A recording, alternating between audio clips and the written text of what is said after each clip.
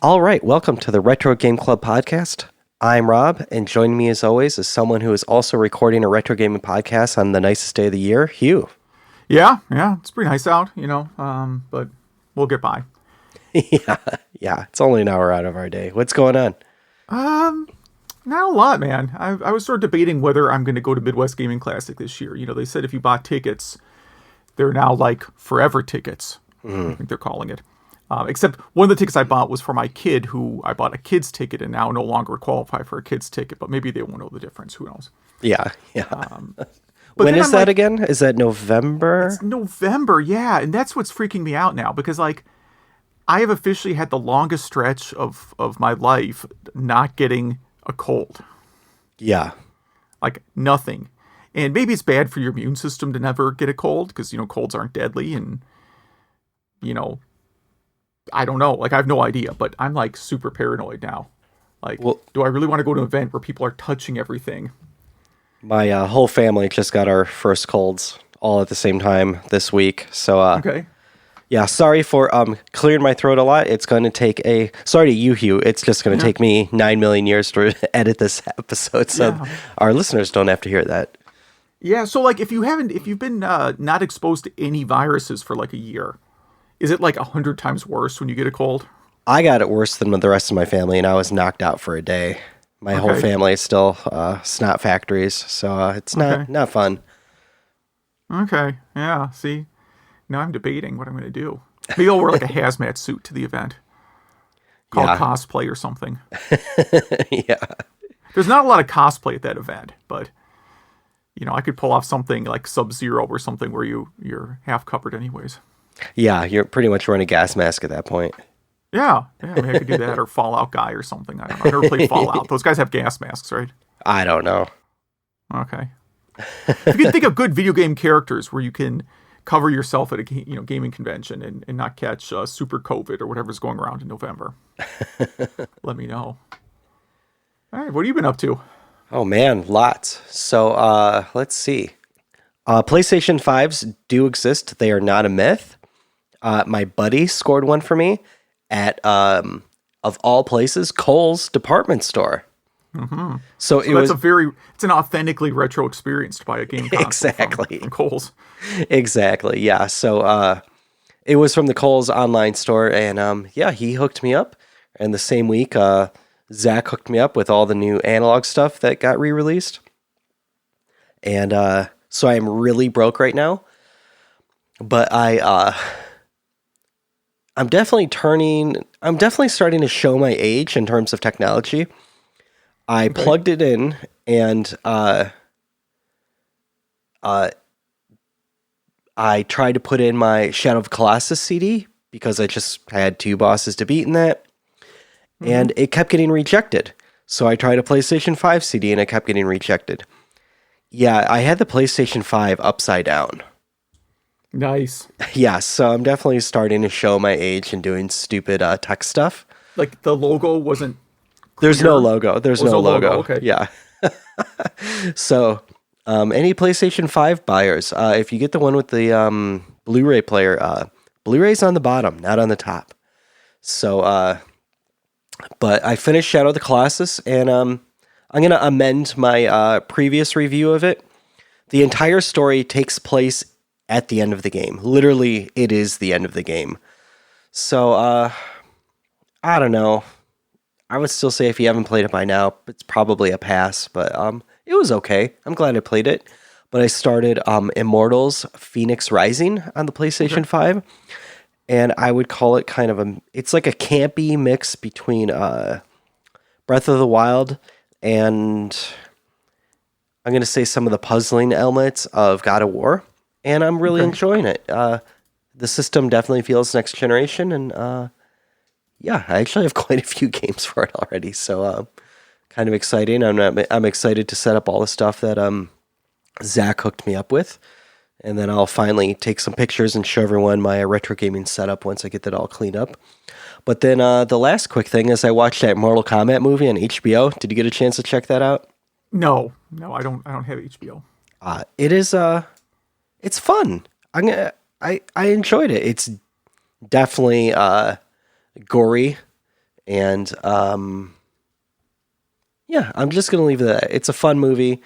It's less campy than the originals, but not by a lot. Okay.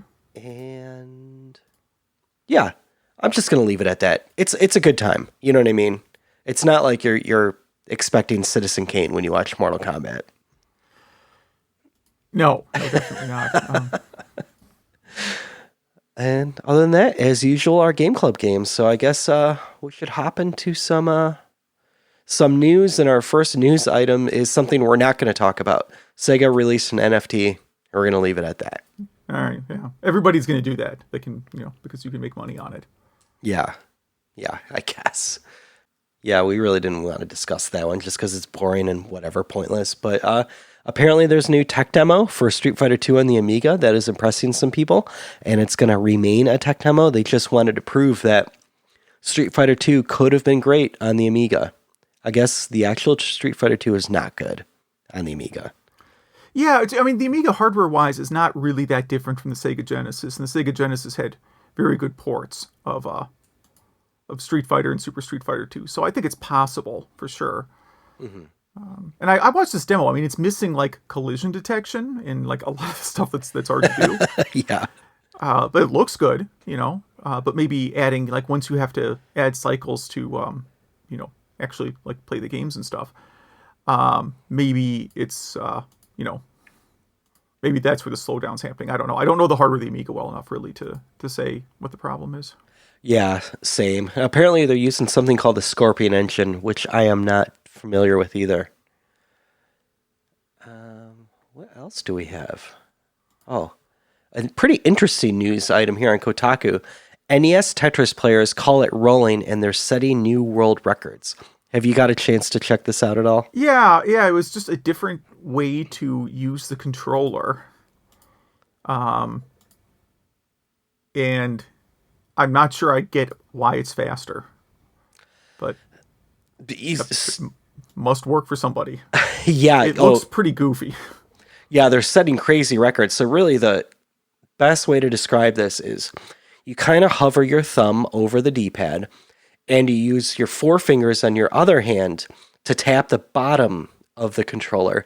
And so that gets you micro hits. And so the player that's currently setting the world records now is doing this at 20 hertz. So 20 times a second, they're able to hit the D-pad in various directions. Pretty impressive.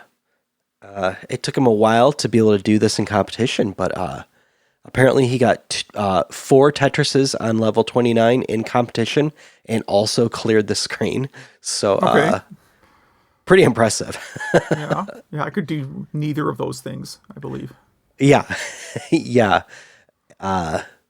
So pretty cool. Yeah, I guess this is kind of a throwback to how people used to play, what was it, track and field in the arcade? They would use like all their fingers to try to get micro hits. Yeah, and eventually they would... I don't know if this was by you, but I started seeing track and field games that they put like a ridge around the buttons because people were breaking the buttons. Oh, really? No, that wasn't for me. Yeah, so you couldn't like hit on it. Yeah, they had like, it was like an extra like ridge around the button so you couldn't just like smack the thing full force. That's funny. I think there was some trick you could do with like a pencil, like put a pencil over the controllers, over the buttons and use that to run faster. I saw that. That looked painful. It doesn't look fun. I mean, track and field is kind of a neat game. I got to go see if there was that on Starcade. I was watching some Starcade this week. That'll come up later in the show. Yeah. But yeah, it was. I have to see what was on there or not. But I remember it's like kind of a game that looked cool and it was a neat idea. It's really annoying to play though. Yeah. Is that the one that they ported to the? What's that thing you jump on Nintendo? The Power Pad? Is that what it's called? Yeah. Yeah. No, there's a game similar to it. It's not track and field. Okay. I don't believe track and field is ported to the Power Pad. Is it stadium games? Is that what it is? Stadium events, yeah. Yeah. Well, so stadium events is the like super rare version of whatever it's called, Family Fun and Fitness Running Game. That's not the actual title. Please don't send me an email with the correct title. I think it's called Wii Sports for NES. Wii Sports for NES. I have the game. Like everybody has the game that is not called Stadium Events. Yeah. But it's the same game. We all thought we were rich for like 3 seconds. Right. But yeah, track and field was ported to a number of things. I was actually looking it up. But yeah, I don't know. It was not that much fun to play in the arcade. I don't know why you'd want it. I don't know why you'd want to run for real when you're playing a video game. I'm stuck by that. Yeah. I guess it's cardio for your fingers.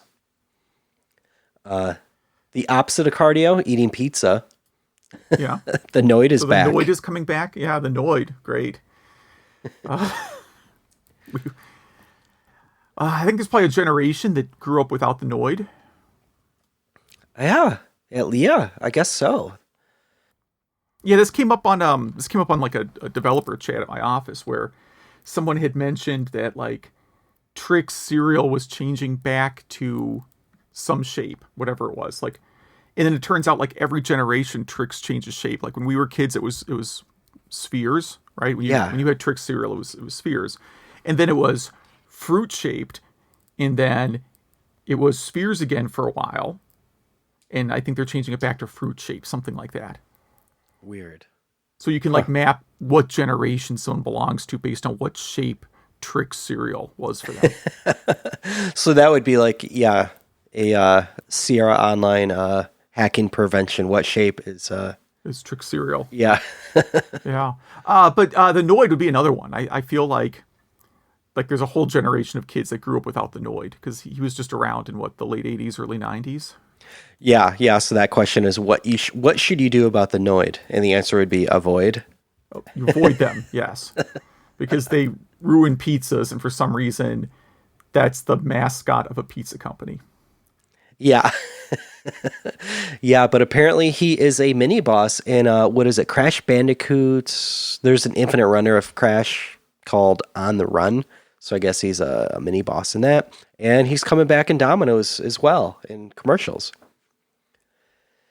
That'd be a fun topic for this podcast. Like Noid, Cool Spot. There's got to be a few others. California Raisins. I'm reading an article here on the Noid. The Noid ran from 1986 to 1992. Right? So there you go. That's the generation. For the relaunch, they hired Erica Lindbeck to do the voice. So she does a ton of anime and video game voices. Okay. If you've ever watched an anime or played a Japanese RPG, you've heard her do a voice. Okay. That's it. But she was also born in 1992, it turns out. So she would be that generation that grew up without the Noid. Wow, that's insane. This is according to Wikipedia. I'm just reading oh yeah, there you go. Wow. So yeah. Yeah, I guess that's all we have on that article. What is next? Oh, wow.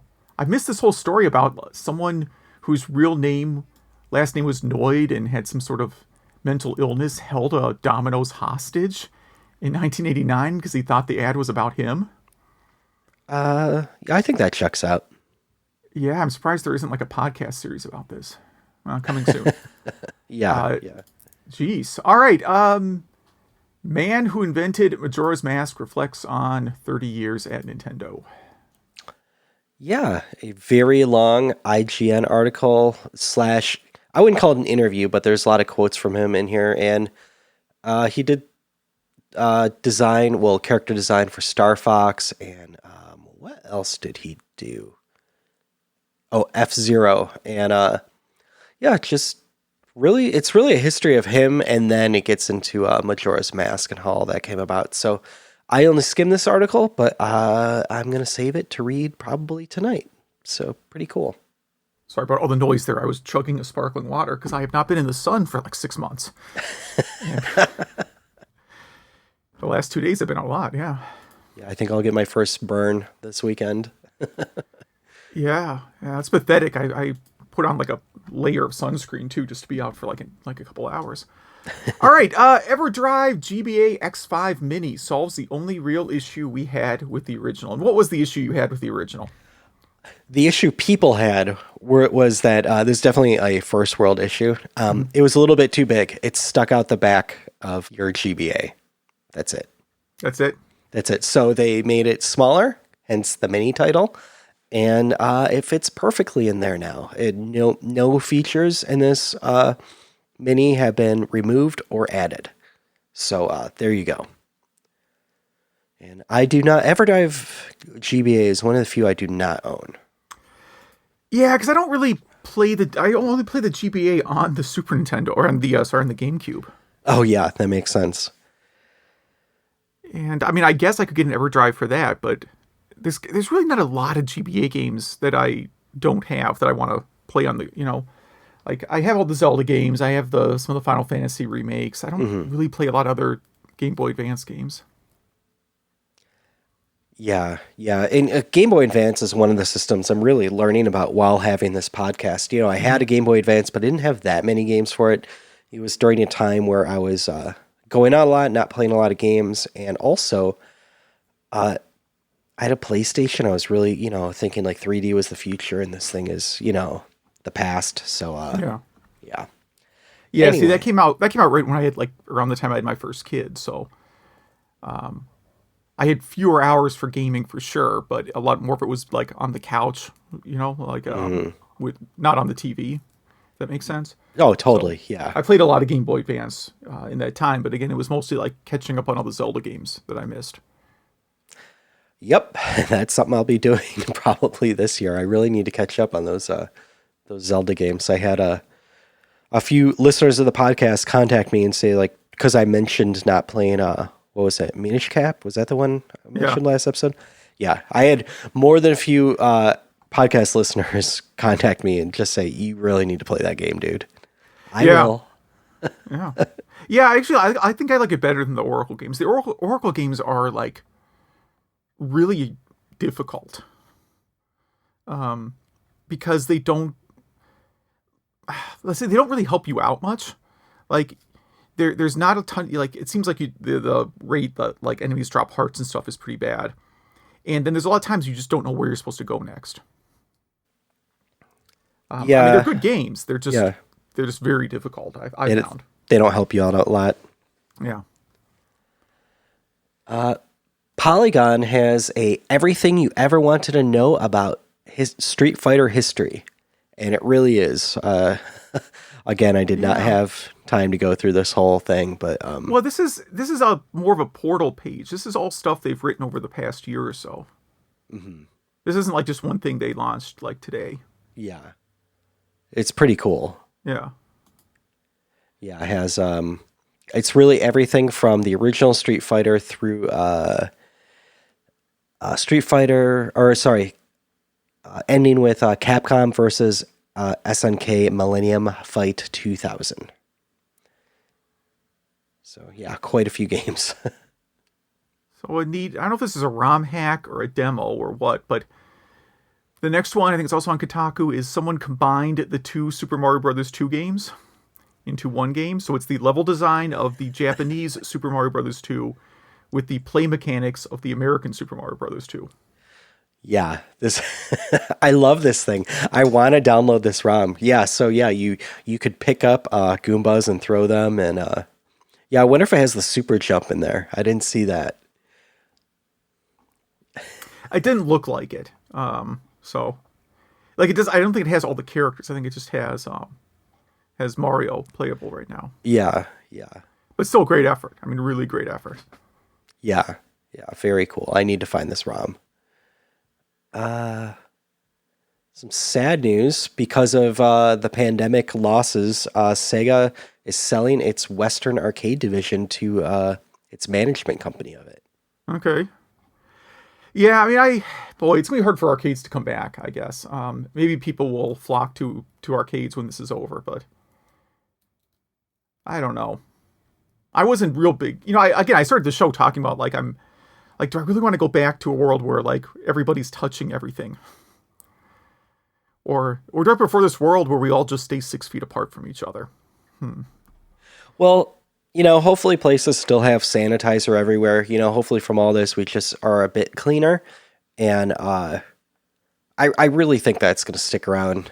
But, I listened to a few other podcasts, and a host of one of the others has, helps out a few arcades out west where it's a bit warmer climate than it is here in the Midwest. And he said, a lot of arcades are able to, a lot of them have like a garage door front that they just open up, so it's really aerated. A lot of them will bring a lot of the cabs out front, like actually outside. And so, it's a lot safer that way. Like, yeah, you're still touching the same things, but at least, it's a bit ventilated and stuff like that. But I really do think people will flock to arcades and really everything else, concerts and stuff like that. I really think it's going to come back. Okay. I think most people are ready. I know I am. I almost didn't put this next article in here, but it just made me laugh that I had to. Someone hacked Type in the Dead Overkill, and they replaced the text with Yahoo answers questions. As a tribute to where I used to get all my medical advice. And political advice, yes. Yeah. I stayed away from the politics side, but, it's like, hey, do I need to see a doctor about this? Yahoo Answers was pretty solid for those kinds of questions. Because it's always Super AIDS or something. Yeah, I mean, it's a combination. What I like is that there's not a lot of gray space with Yahoo Answers. Either it's you're going to die tomorrow, or no, don't worry about that thing. Right? Yeah. And, right, with really nothing in between. I mean, hey, I got a piece of rebar impaled in my stomach. Should I go to the emergency room? The answer's most of the time going to be, nah, just leave it in. Yeah, I used to find all things with kid questions, like questions about your kids. It would be, they're fine. Just calm down. Well, for me, it was mostly like if I had to take a prescription for something, I would go to Yahoo Answers to see if it was safe to drink alcohol with that prescription. And according to Yahoo Answers, it is always safe. Vicodin, codeine, whatever. Totally safe. Yeah, yeah. Yeah, some of the funny ones from Yahoo Answers is on Type Into the Dead would be, would it be okay to spank my date on a first date? I need a badass yet sexy gamer name. Please help. Gangster ghost? ? Let's see if I could get a few others here. Math makes me cry, literally. And okay. What does Bigfoot want? What does Bigfoot want? Yeah, what is up with that guy? We do have some, even though like I'm in the suburbs, we do have crazy Bigfoot people here. Like, people that believe Bigfoot is alive in the suburbs. Now, like, here's the deal. I think it's entirely possible that like somewhere in the world there is like a large primate we haven't discovered. Totally, yeah. Right? But it's not going to be in a part of the country where there's no history of primate evolution. Or forests that they could still hide in. Like, or right. I mean, once every 5 years you hear about, like, we find a whole tribe of people somewhere in Brazil that we didn't know about. Yeah, right? Yeah. And we have to be very careful not to sneeze on them because they've never been exposed to a cold virus or whatever. But you're not finding a whole tribe of people in, like, Arlington Heights. Right. Exactly. So Aurora. maybe in some, not well understood part of Africa, some part where we just haven't explored, maybe there's a large primate that we've just never come across. Possible. They are not walking around in America, though. I'm sorry. But what is up with Bigfoot? Yeah, what does he want? Yeah. Find out and Type Into the Dead Overkill. Did you put this one in or did I? This next you one. Did. Okay. Because I read it this morning. I'd not seen it before. And I was actually sort of annoyed by it, but go ahead. Okay. We'll get to why. Software developer tracks down code for a beloved 41-year-old text adventure game. So yeah, tell us why you're annoyed with this one. Because I'm glad that they released the source code for like preservation purposes. They did not do it under an open source license. So you can't actually do anything with this code. Oh, that is annoying. It's technically, I think even like building it and running it is technically a copyright violation. Nice. So this is a big trap, and these now 80-year-old developers are going to sue you or whatever. Yeah. But yeah, that's the part I was annoyed by. Like that the developers did not decide to release the code in a free way where people could like adapt it and run it on modern systems if they wanted to. One of the cool things, though, is one of the programmers was one of the original programmers of the ARPANET development team. Yeah. That is kind of cool. But yeah, so it's been more than a week since I've read this. So I guess it was called Castle Quest, and they developed it at university. And then, do you remember how they actually found the code years No. later? I think it was printed out. Yeah, it was It was in a PDF. Yeah, I read that. It was a PDF, and they transcribed it from PDF to code. Wow. So, yeah, it was in VS Fortran, I think. Yeah, and they had to kind of update it to some different Fortran. I don't know anything about Fortran, so Yeah. there you go. Now, there's also an NES game called Castle Quest. That's a different game. So maybe those guys will come after these guys. Maybe. One of it's 2 words, and the other one is 1 word. Oh, there you go. So I suppose that makes them legally distinct. I don't know. Like, is Burger King 1 word or 2? I have no idea. Let's say it's 2 words. If I started a restaurant called Burger King 1 word, I suspect I'd get sued. Did you ever notice? Well, you probably don't go to Canada as much as I do since I live so close to the border. But if you go, well, I guess Tim Hortons is a good example of this. Yeah. It's I forget why there isn't an apostrophe in it, so it's grammatically wrong, but it has something to do. Oh yeah, it has to do so they don't have to have it in French and in English. Oh yeah, well that's a distinctly Canadian problem. Yeah, I just thought that was funny. Anyway, sorry, sidetracked there. And I just went to Canada like 2 years ago. Come on. I know. So let's see. PlayStation news. Yeah, we got like 3 PlayStation adjacent things here. Light gun support for PS1. What is this for here? So this is an HDMI upgrade for a PS1. This is on our friends at Bob from Retro RGB has this video and article about it.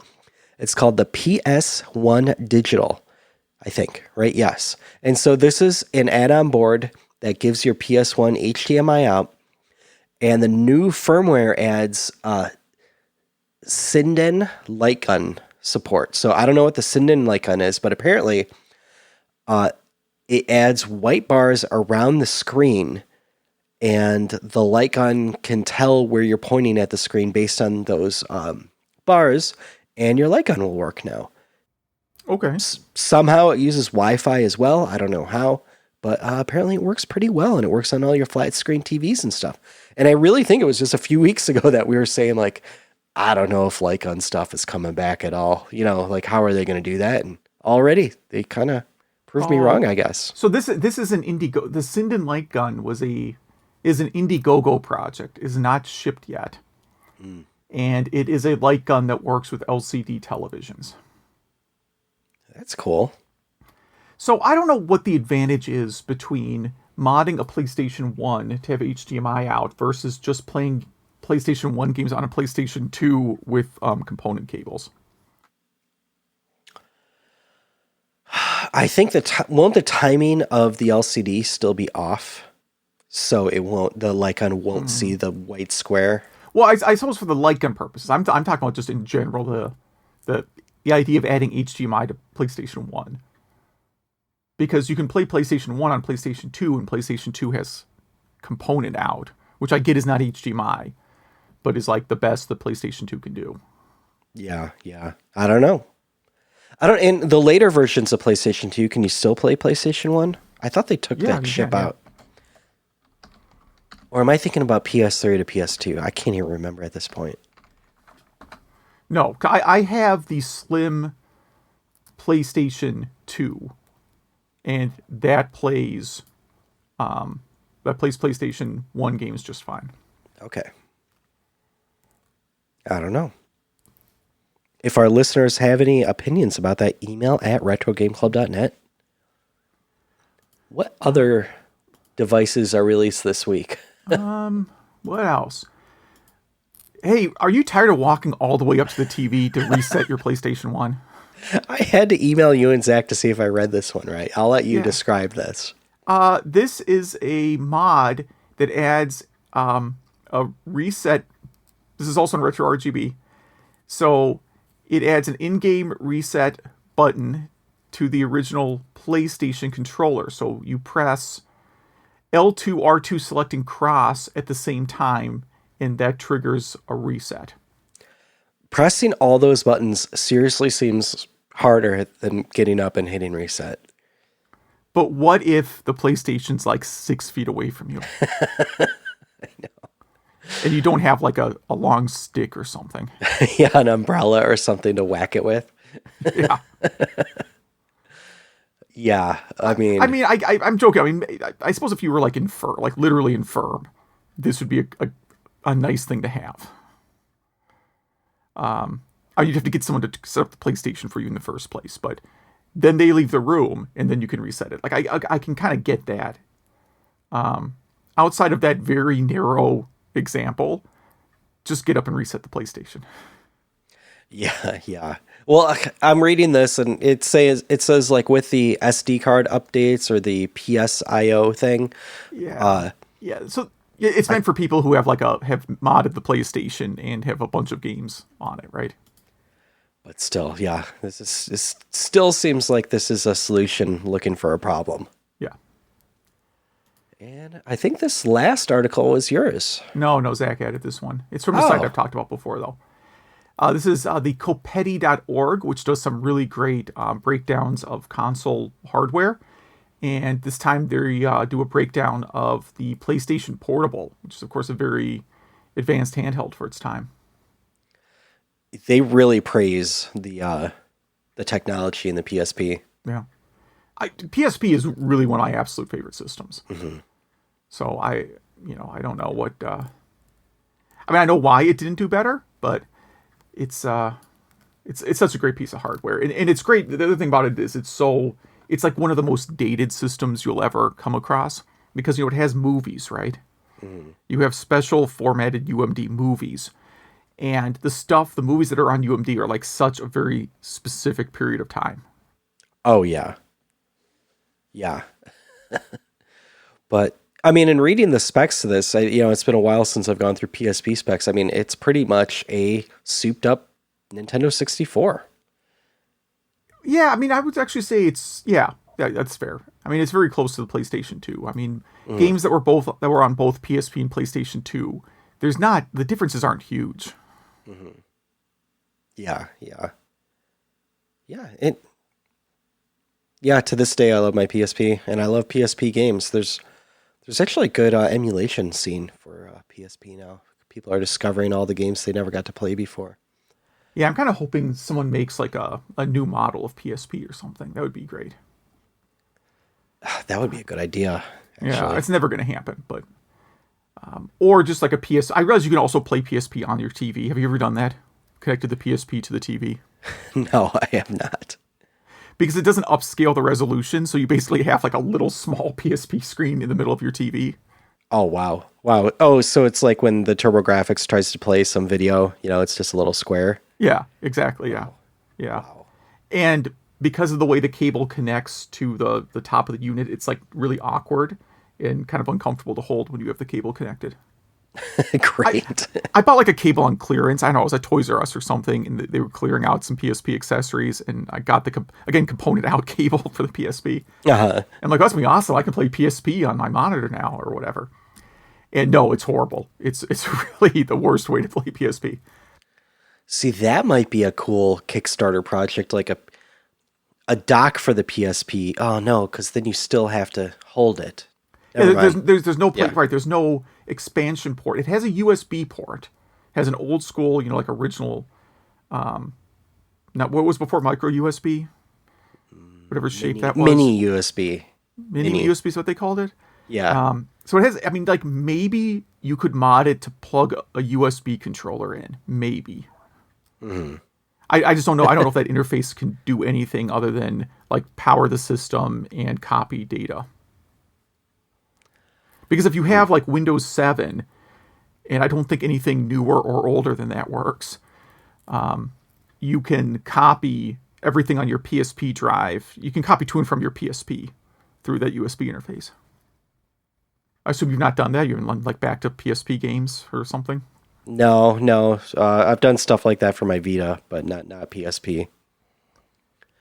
Yeah, but what if you want to like copy your save game, like your PlayStation 5, you copy your save games from the PlayStation 4 to the PlayStation 5, right? Yep. Right.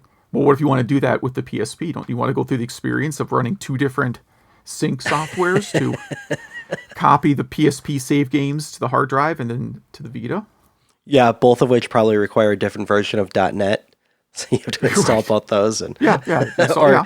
one has Java, one has .NET, something like that. Yeah. Something like I believe they're both like .NET 1.1, if I remember the things correctly.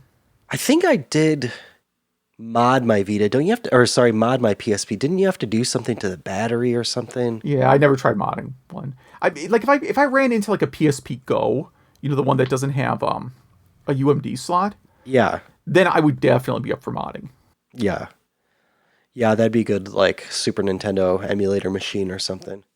Oh no, I would use it as a PSP. I would use it to like, put the largest SD card it can support in with rips of my own PSP games. Yeah. Yeah, not a bad idea. All right. We actually have a topic this week, kinda. Kinda, yeah. Yeah, it's a very poorly thought out topic, but it's a topic. So yeah, this came out of from one of our Game Club games that we'll talk about in a little bit. But what ports from arcade games are actually better than the original arcade games? Yes. And this is totally subjective. And yeah, so we'll just kind of spend a few seconds on each of these games that we came up with. The first one in the list is Contra, which for me, the Contra game in the arcade, it just looked funny. They kind of jumped funny as well. Okay. It just didn't play as well as the NES port. I don't know which one came first though. I believe I don't know. I'm gonna say it's probably MSX first. Is probably the correct answer. Probably, yeah. So I wonder if the MSX one got ported to arcade or something. But anyway, as all our listeners know, we don't research anything for this podcast. No, I mean, I researched a couple things that either you or I think Zach added a couple games to this list too. Yeah. There were one or two I looked up, but not Contra because I'm actually not a huge Contra fan. There you go. So Contra was originally an arcade game first. Okay. And then was ported to the NES and MSX2 under different names in different regions. I don't know why. Maybe Contra doesn't mean anything to people outside of the United States. It's not a really great name in the United States either. No. The next one is Bump and Jump because of our Game Club games. Let's talk about that one later during Game Club. Yeah, we'll talk about that later. Rygar, I don't think is... I mean, I like Rygar on NES better than you do because you kind of despise it. I do. I don't like Rygar on the NES at all. It's something very unsettling about it. I still can't really describe what it is. But on all other systems, it's just a not great... It actually looks better on in the arcade, but it's just not fun. Well, it's a different game. I mean, the NES version added more kind of like an adventure. Top down and yeah. Exactly, yeah. Now, I do enjoy watching speed runs of Rygar because they are absolutely crazy. Yeah, they are nuts. I mean, that game is so broken on the NES. I know. I mean, I can't even beat it without using... the glitching system where you could just make some enemies disappear by moving back and forth. The next game, my all-time favorite NES game, Legendary Wings, is not a great arcade game. All right. On the side-scrolling parts, you can't fly, and there's a few other things that are different that just kind of break it for me. I think... Were you the one that put Bionic Commando, or did Zach? Zach added that, because I was debating Bionic Commando because Bionic Commando on the NES is like so different from the arcade. It's hard to even consider it the same game. Like Strider on the NES, I did not include either. because I thought like Strider I actually like Strider on the NES way better than the arcade version. It's my favorite version. Yeah. Yeah, but it's just not the same game. It's like a same name, different game situation. Yeah. Yeah. That's also why I did not put Moonwalker on. Even though it's hard to say if the Moonwalker home version is better than the arcade game, they're just not even close to the same game. I mean, they're not. I wouldn't put them in the same genre. Man, I have not seen the Moonwalker arcade game in forever, so I can't even picture the differences. Yeah. So I saw one. I guess it was a little while ago. When my kids were younger, I forget how old they were, but they were, I don't know, let's say 10 years younger than they are today. My wife decided that they needed to have, a roller rink experience because, we grew up with roller rinks and they've never gone roller skating ever. Okay. And by the way, it's really hard to find a roller rink that's still open. Just going to throw that out there. And I don't really like roller skating. I didn't like roller skating back in the 80s when it was cool. And I don't like it anymore today. But I do like the arcade. So she took the kids roller skating and I went along to go to the arcade and they had a Moonwalker cabinet there. The place looked like it hadn't been changed since 1985 or something. Yeah. I don't know if the place is still open, but it was yeah. Were they still playing Fat Boys on the? It was the same the music. Yeah, it was the same music, same bad DJ. Same couple skate. Yeah, all that stuff. Anything at all. It was not very busy. So like whenever they would call out these different events, there was not great participation for most of them. Yeah. Same like little pizza oven thing, the glass pizza thing that they have, the pizza inside like a glass case and all that junk. It was, yeah. I don't know. I assume it didn't survive. If somehow it was to open 10 years later, I assume it did not survive COVID. All those around the Detroit area are a lot of them are still open because Derby Girls. It's a kind of a big thing around here.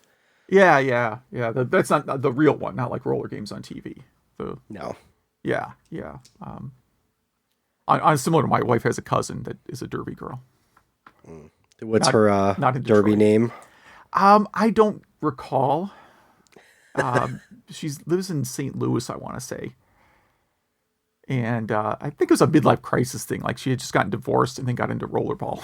Or Derby, sorry. Yeah. So.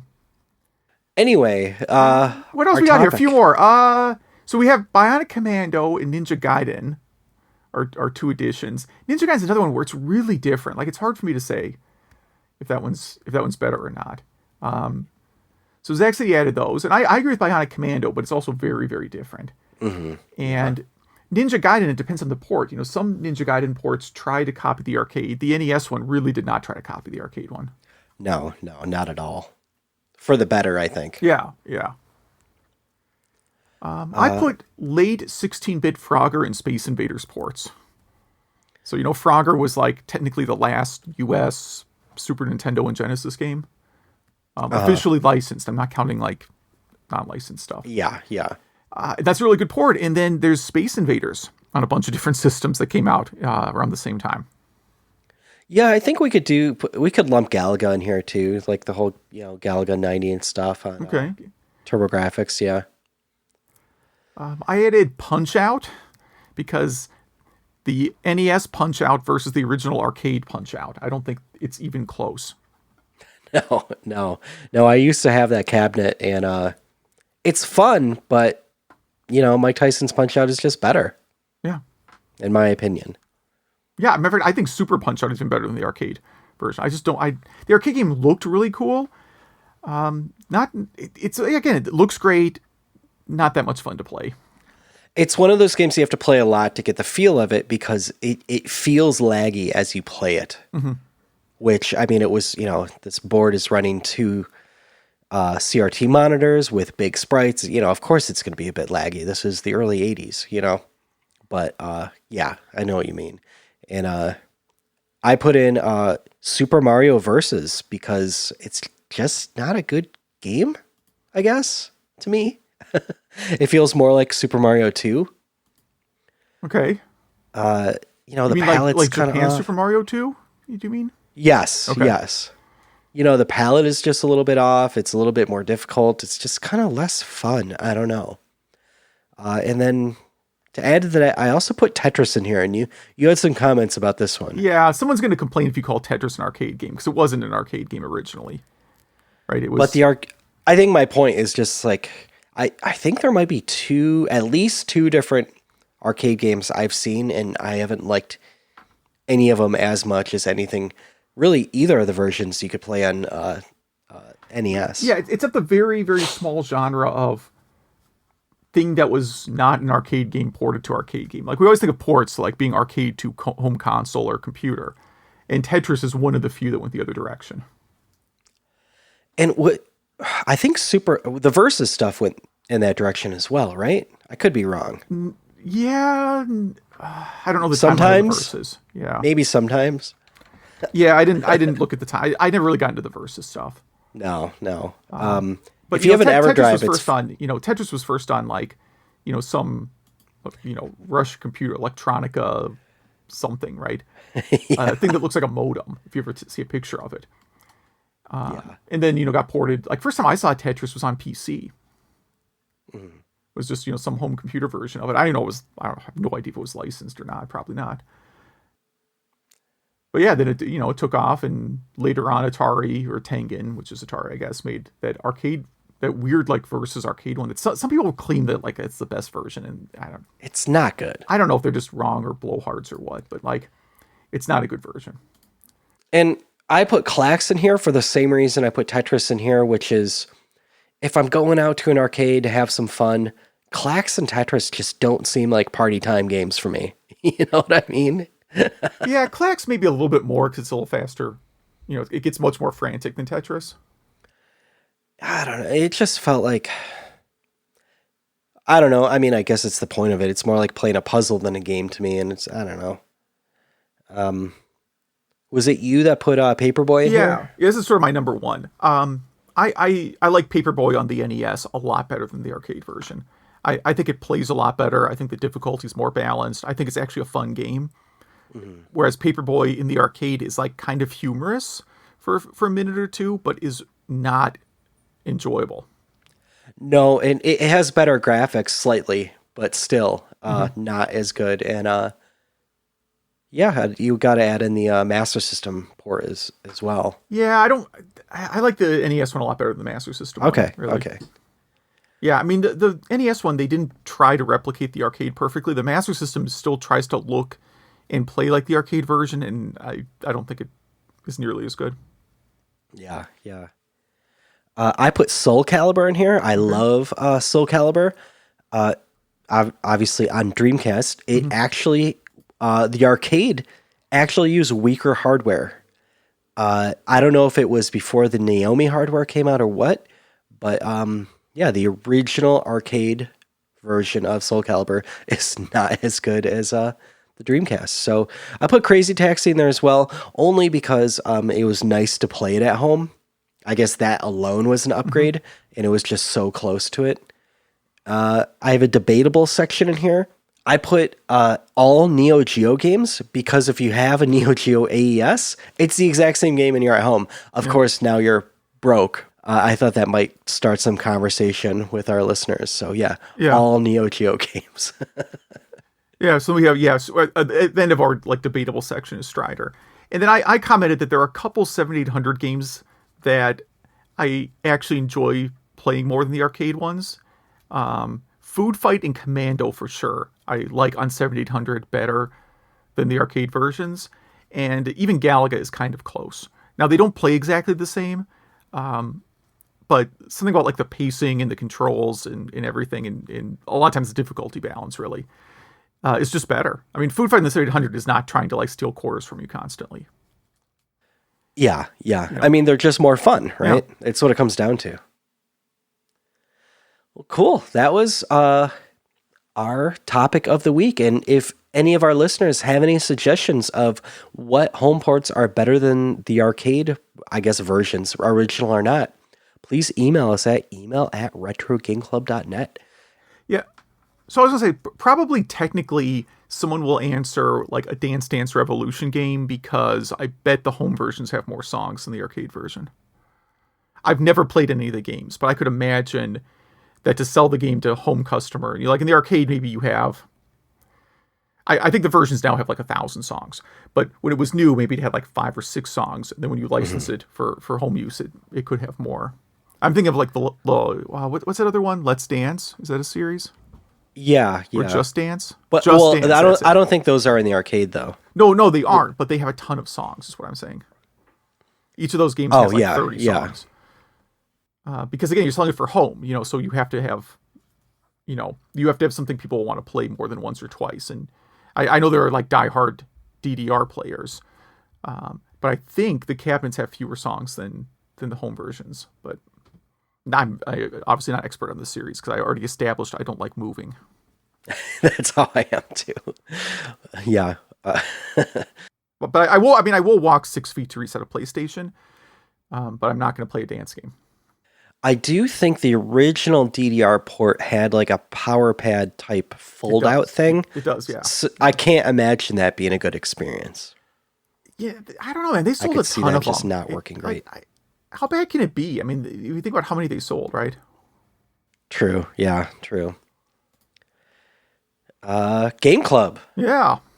I guess I'll go first since it was part of our topic of the week, Bump and Jump. So this is a Data East game from what year? Let's say 1982. It was in the arcade and ported everywhere between 83 and 88. And this is a top-down, I guess, racing combat kind of game. I wouldn't call it combat, but you're bumping and jumping. So you're in this little car going down kind of a... sometimes a city street, but sometimes it's on the coast. Sometimes there's forest around you. And you can, if you hit the side of the road, your car explodes, and you're trying to bump other cars into the side of the road, and they can bump you. Some are harder to bump than others.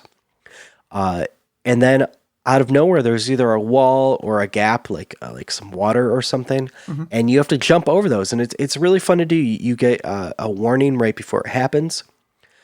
And every once in a while, a garbage truck may try to dump its garbage in front of you. Right. Which is, a bit infuriating when that happens. But it's a really fast-paced game. It's a really fun game.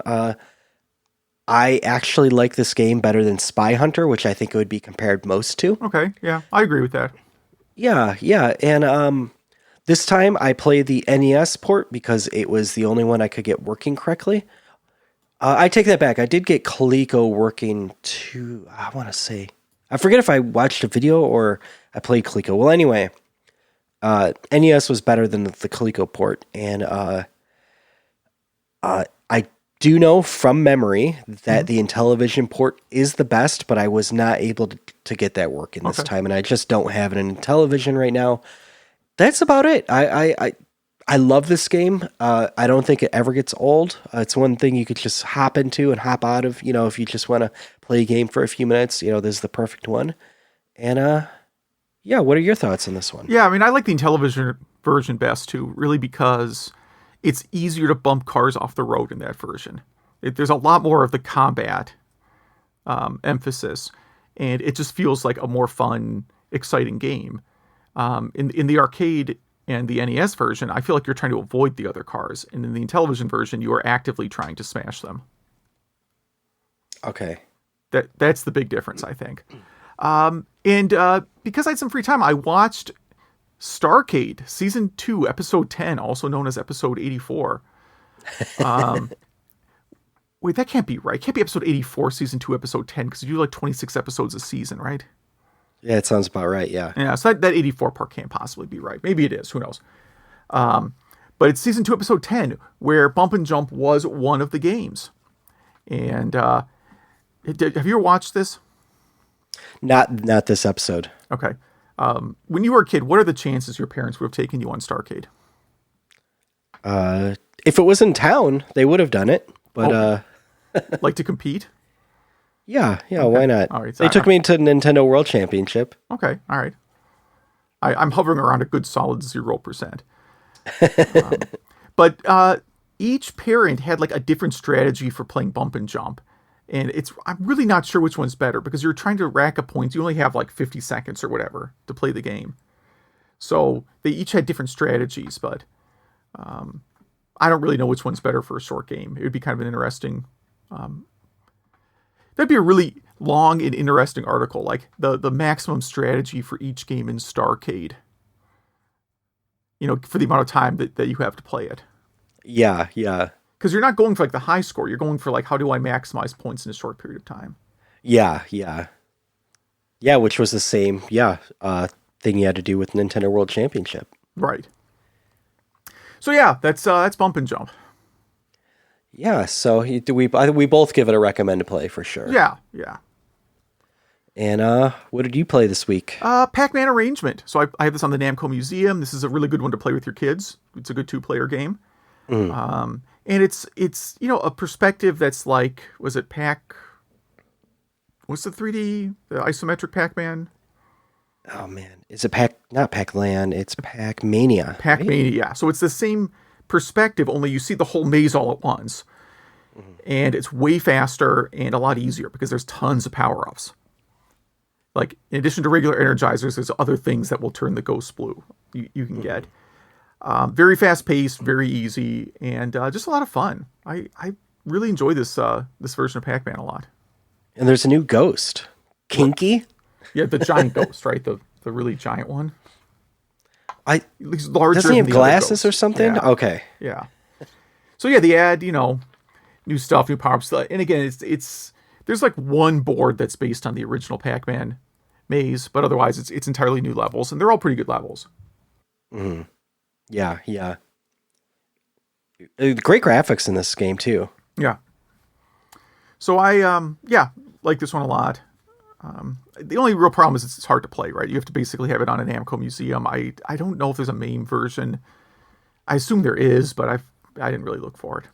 I could not get it working, but my whole emulator setup is just a nightmare right now. But I did play it on Game Boy Advance and looked great. Okay. It played great. My review of this game is kind of like, if Miss Pac-Man is Pac-Man 2, this is the one I would consider Pac-Man 3, like in canon or something. Like I think it does enough to this game and keeps the original spirit of Pac-Man perfectly well that that's just how I feel about it. It's a great addition to the series, and you really can't say that about a lot of Pac-Man games. Yeah. Yeah, I mean, I think in the 90s you had a pretty solid run of bad Pac-Man games, and I think this kind of redeemed the series a little bit. The 90s were great with that. Like Frogger. What else do they keep trying to bring back? I think there was a few Q*berts. There's an Asteroids remake. Yeah, there's some Q*bert attempts to bring back Q*bert. That most of the time when they try to do this stuff is just not good. Yeah. And, yeah, I thought they knocked it out of the park with this one. So yeah, they tried to turn Pac-Man into like a platformer in the 90s, which we'd previously tried in Pac-Land, of course. Yeah.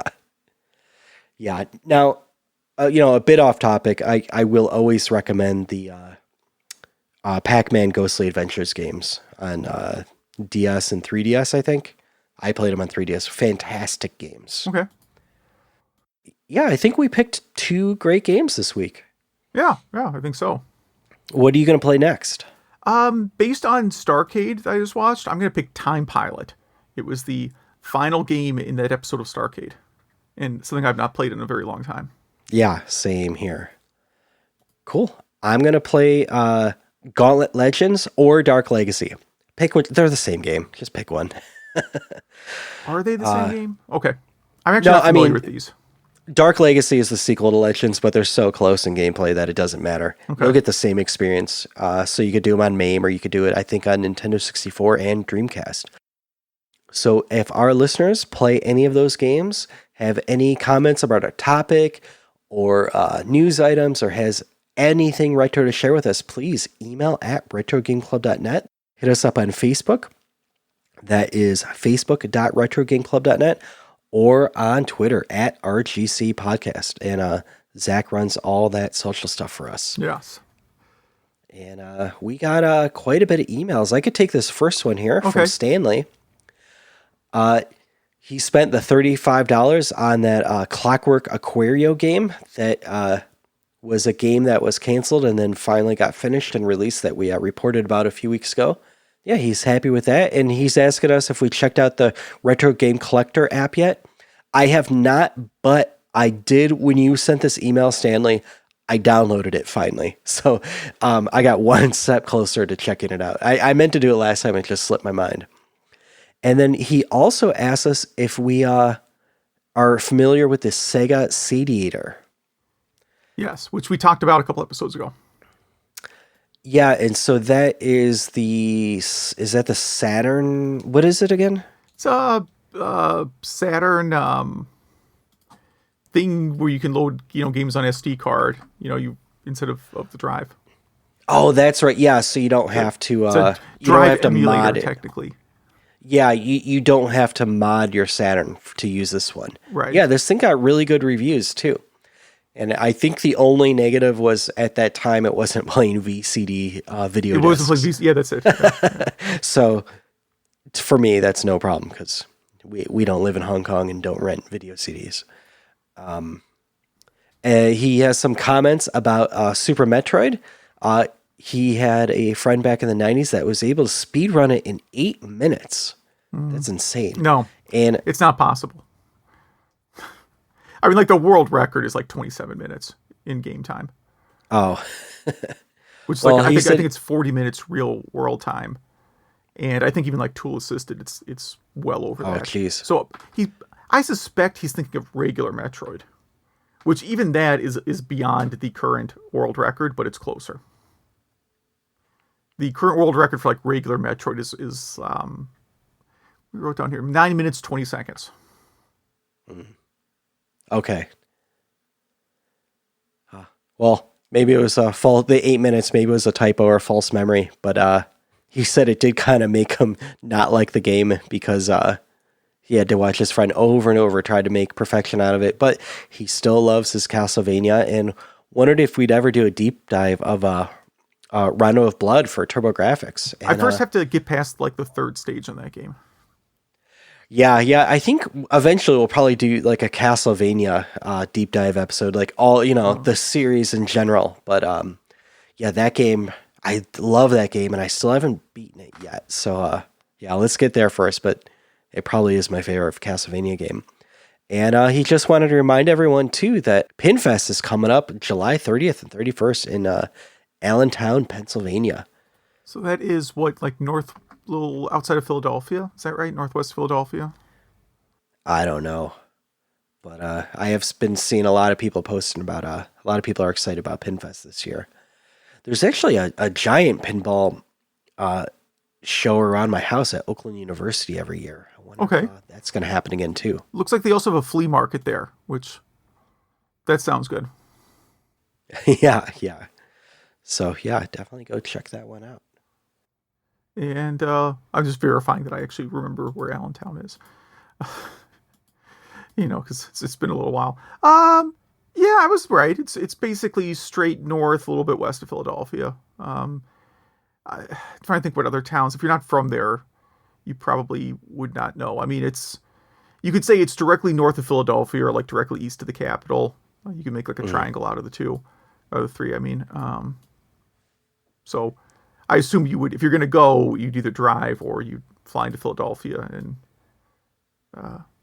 head north. Mm-hmm. Cool. Stanley, thank you for that email. You want to take the next one? Yeah, as soon as I go back to that tab and stop looking at maps of Pennsylvania. What is this? Majors, good luck with your HDMI setup. So he says it says like basically he's calling out that there is a, debate between people who want to use scalers or modding systems to do HDMI or the other side that are just happy with hooking it up with, composite or component or whatever the system just natively supports, which that's the side I'm kind of on. Well, let me interject there. I'm on that side as well. I probably own 5 backup CRTs. Like I am crazy about it. Okay. And really nice ones too.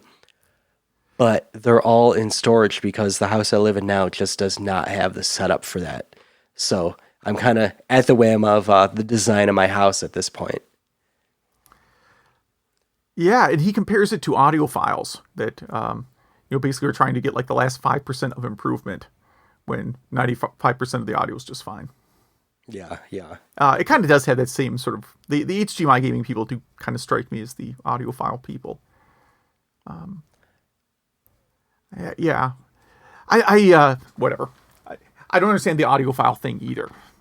I suspect in a like double-blind study, audiophiles could not tell the difference, between like, their $3,000 monster cables and, a piece of wire that I just took off the ground.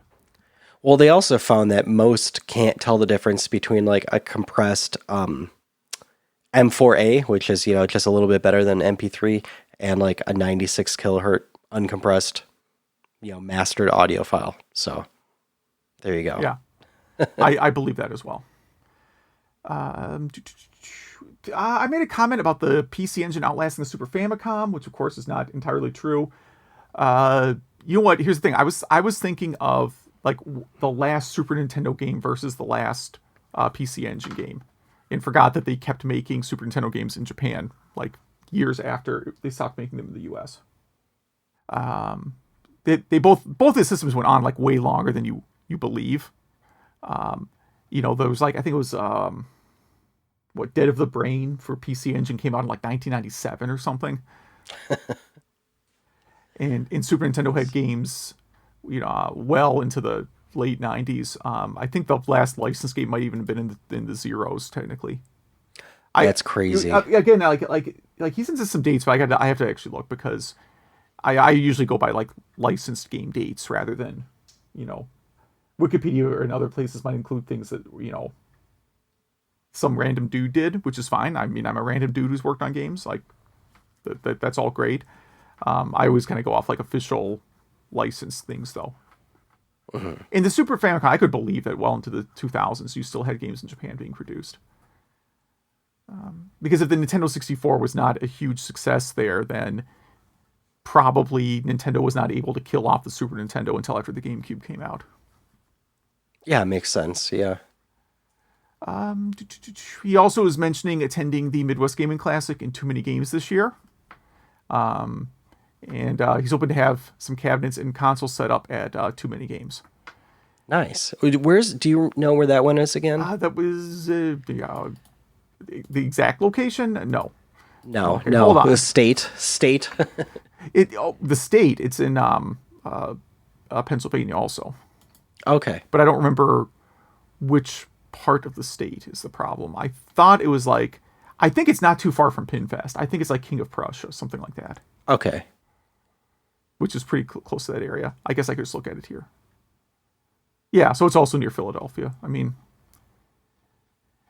if there's an event in Pennsylvania, you got a 50-50 shot of where it's going to be, Exactly, yeah.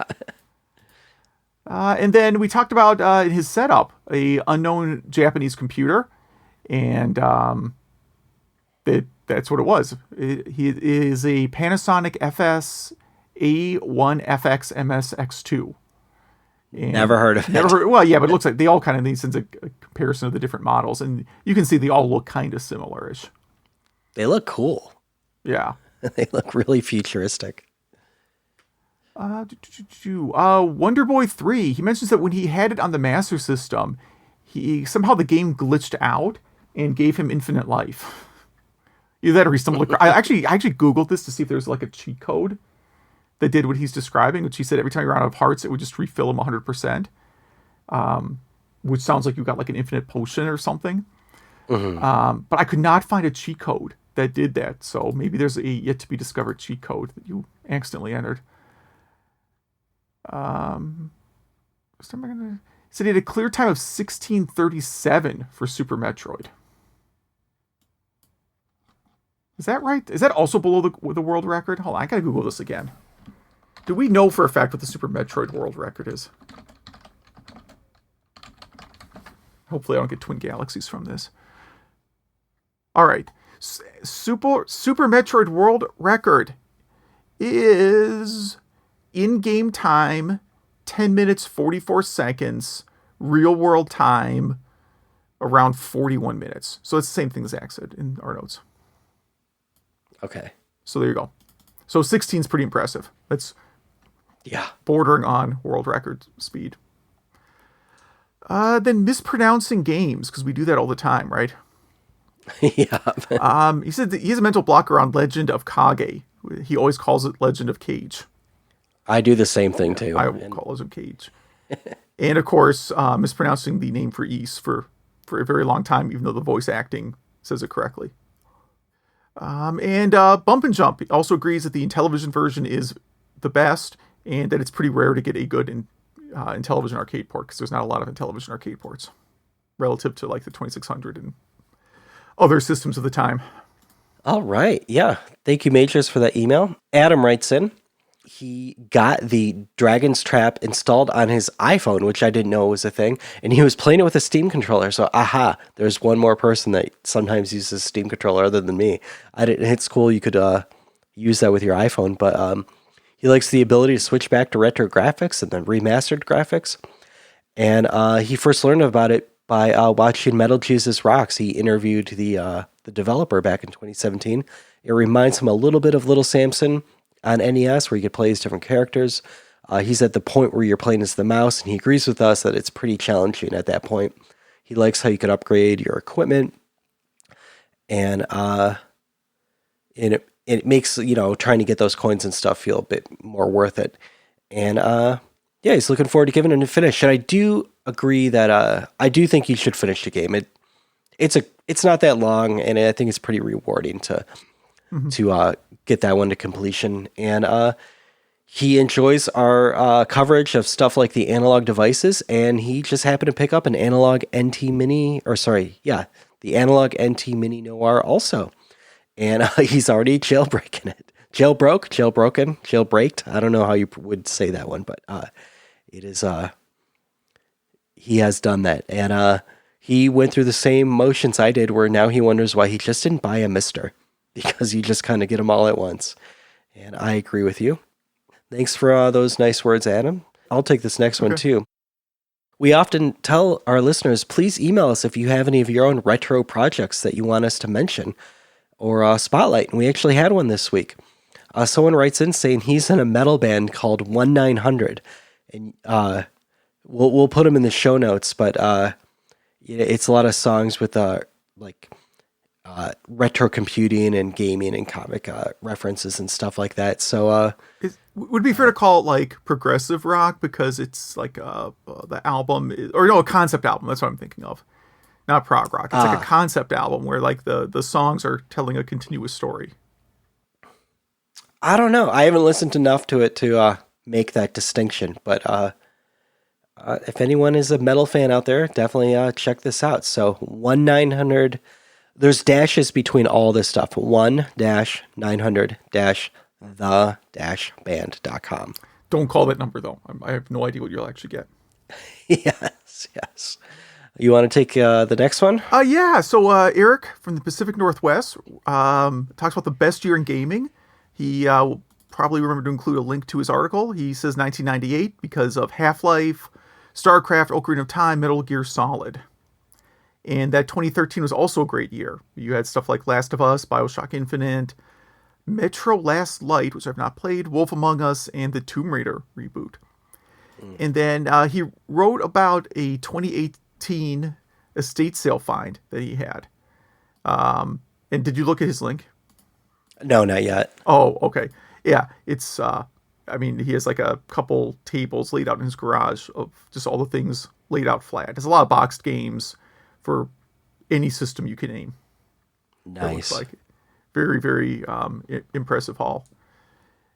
And to do it in 2018 is hard because, that's when people started. This is well after when people thought they could get rich off their old games. Yeah. So he says in May 2018, he went to an estate sale advertising games and nerd collectibles. There was another sale he showed up to. He showed up to it late because of a bad address. So when he got there, he saw people just carrying out huge amounts of D&D swag, action figures, PC games, and Star Trek standees. Big movie standees. and a bunch of other miscellaneous stuff. But when he got there, they still had a lot of PC equipment, boxed PC games, Commodore 64 games. And of course, everybody there was scanning stuff with their phone to check the prices. So everyone thinks they're going to get rich off like a copy of Monkey Island or something. I don't know. Yeah. So, but he grabbed the Dig, Monkey Island 2, another Monkey Island game, Gabriel Knight Sealed, a bunch of other a bunch of D&D games on C64. He shared some pictures of those two that I looked at last night. Pretty impressive. And then he asked about like our best yard sale or thrift store finds. You've had much better success than I have. Yeah. I've only found some, PlayStation games and stuff, and I've been to a few estate sales, but it's not really my thing. Yeah, I mean, I've had a couple of really good ones. So first of all, the movie standees. So like, I have an old friend that is actually like one of those storage locker guys. Mm-hmm. Like his father was a storage locker guy, and now he's a storage locker guy. Mm-hmm. I don't know if it's actually a hereditary requirement, but that's the way it worked for him. It's a monarchy. Yeah, something like that. And I think he makes most of his money selling tools. I think you make way more money selling tools than you'd expect. You know what I mean? Then I think that's where the real money is, rather than it's more of a grind. You know what I mean? Yeah, like, yeah. You're buying units full of like custom tools and reselling them, versus like you get a score of some like, gold doubloons or whatever. I don't think he's found gold doubloons, but he bought out an estate. I don't know if this was a storage locker or like a house that he bought out, and they had just hundreds and hundreds of movie standees. Okay. Yeah. Like the guy must have run a theater. Must have been like a theater manager or something. Mm-hmm. And he sold off most of the movie standees. It was actually apparently a market for that kind of stuff. Weird. But then he had a whole bunch of stuff left over, like, 3 Men and a Baby Part 2, stuff like that. I remember that one distinctly. So we were going camping as a group. It was not just me and this one, storage locker guy. But we had a big group that I go camping with every year. And we get this really giant campsite. And he just brought all the movie standees, and we ended up doing something comparable to Burning Man with them. I mean, literally stacked these things up in a pyramid, 20 feet high? I don't know. It was tall. It was a big inferno of burning movie standees, like 3 Men and a Baby 2, and just other films that no one collects for at all. Yeah, yeah. So anyhow, I put a picture of one of my best finds where I was just at a random garage sale, and they had like a milk crate filled with Super Nintendo games and other games. I didn't even look to the bottom of it until after I bought it. And, like right on top was a Super Mario RPG. Nice. And I asked the guy like how much for the games, and he said like $15. And I wasn't sure if he meant like $15 a game, because that was Super Mario RPG. Mm-hmm. Or the whole box. So I just like give him $15, and then he just hands me the whole box, and that was that. Wow. And there was a lot. I actually have to remember. I got rid of some of this stuff because some of it was dupes. But I mean, it's like Super Game Boy, Super Mario RPG, Link to the Past, a lot of early box games. Metroid, Super Metroid, Yoshi's Island. That's not early, I guess. I think all the Donkey Kong Country games boxed were in there. And then a lot of other just miscellaneous stuff. Wow. So that was like a big single score. There was one other one I had where I think I got like 50 NES games for, might have been $50. I think it was $1 a game. And that one, I got that. I'm like, I don't even know where I'm going to put all this stuff. Like, it was just like that's the problem. If I found another score like that, I don't even know what I would do with it at this point. Yeah, yeah. I mean, a few times I found some Star Wars stuff here or there, but never any video game stuff that I would want. Yeah, I mean, I guess more really my wife missed out on like the biggest Star Wars haul ever, apparently. So the cul-de-sac, I live across the street from like a cul-de-sac. Hopefully people have those outside of the Midwest. Mm-hmm. And there was a house at the end of the street that I didn't realize got foreclosed on. All right. And some new people moved in, and I was talking to them because the guy that bought it does like custom car repairs. I went over to talk to him because he had like this old Mustang in his front yard. And I'm like, what's the deal with that?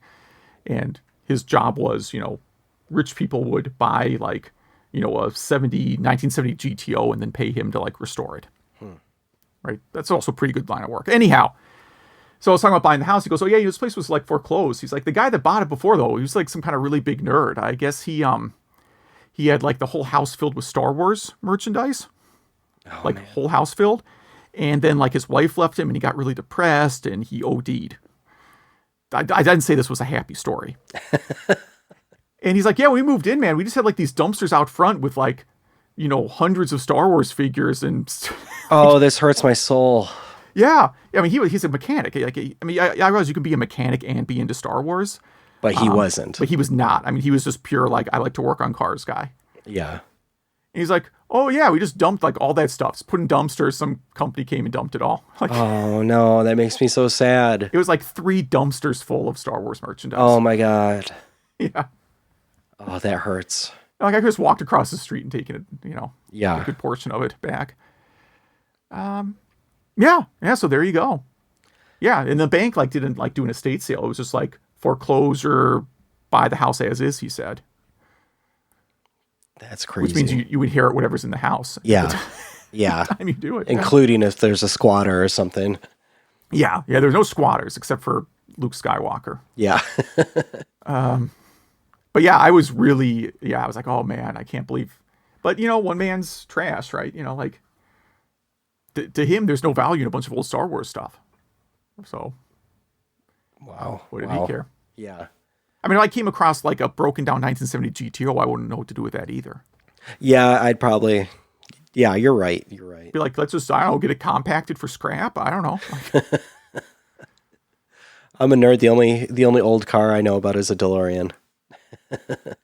yeah. But this guy, I mean, he had a hearse out there at one point. Like someone bought like this old hearse that looked like, something from the Twilight Zone. He had out that he was restoring for somebody. Just the craziest cars this guy has. Weird. All right. Social media. Yeah. Let's hammer through these. Educational. Have we done this question before? I can't remember. I think while we were talking about Carmen Sandiego.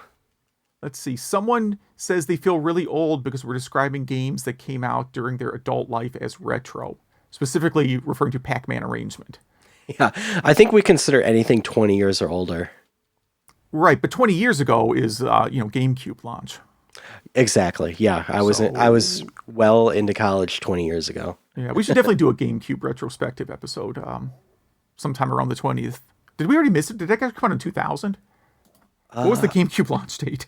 I thought it was like fall 2001. I thought it was too, because I remember the Luigi Mansion parties they would have before it launched. Yeah, no, I more remember because it was in that sort of weird like post 9/11 haze. Yeah. Where it's like, should I even be spending money on this? But it launched in America November 18th, 2001. Okay, we have to make a calendar reminder to do a show around then. Yeah, 20th GameCube turned 20. That's a big show, man. Yeah. Why not? What else about social media? Sorry, we talked about educational games. People like Carmen Sandiego, Number Munchers, and Jeopardy on the NES. Yes, and I had a really vivid memory about Jeopardy on the NES where one of the answers is, yes, we have no bananas. And as a kid, I thought that was hilarious because I was like, what the heck is that? And, why is it saying that to me right now? And how would anyone ever guess that? But yeah, all I know is it's a song. Yes. All I know is it's a song. I've never heard it. I don't know anything else about it. It came out.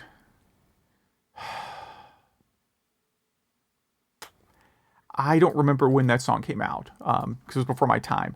But I think it's definitely like no, it's not a boomer song. It came out in 1923. Wow. See, yeah. What kind of question is that?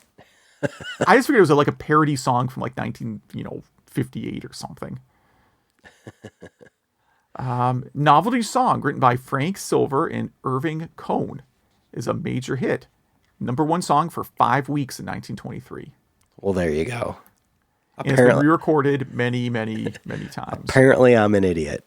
Or I at least was when I was however old when this was out for the NES. Yeah, but I mean, the last time, like, I'm looking at, like, times it's been re-recorded. It's not in our lifetime. Yeah, this is not part of our kind of pop culture canon today. Right. I don't.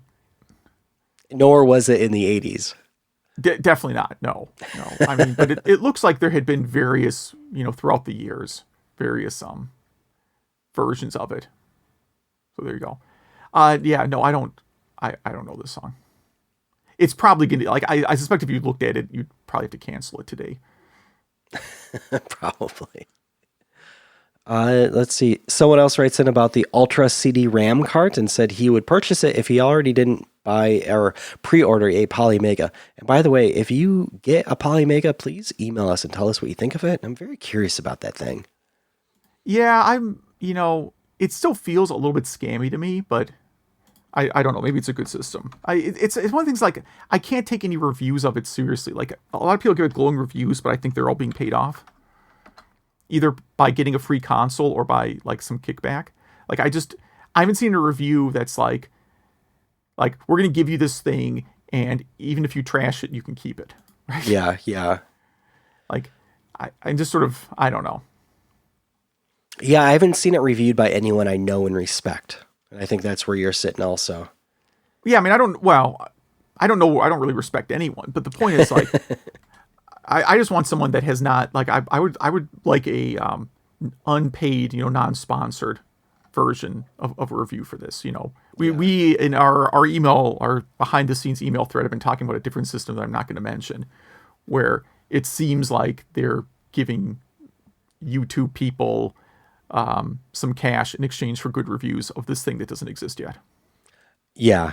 And you said also in that thing, the comments are hilarious. People right, are destroying it. The comments are like, why would I ever want this particular device?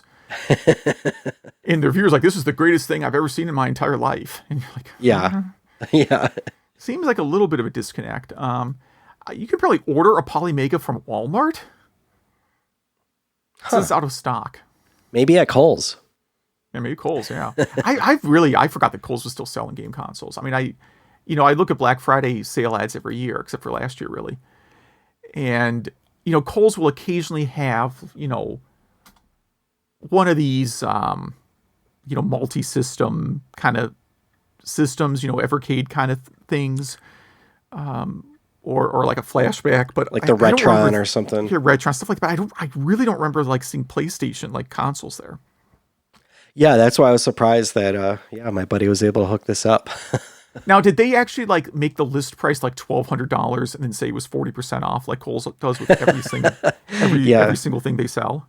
Yeah, I didn't have to buy 3 pairs of khakis with it. Or whatever, yeah. All right. I guess we'll wrap it up. We're an hour and a half in right now. I wonder how long this will be after I edit. Yeah. We keep going. I can talk more about, like, my neighbor's crazy cars. Yeah. I even talked about, like, the party truck that he had out there once. All right. So thanks for listening. Yeah, have a good one, everyone.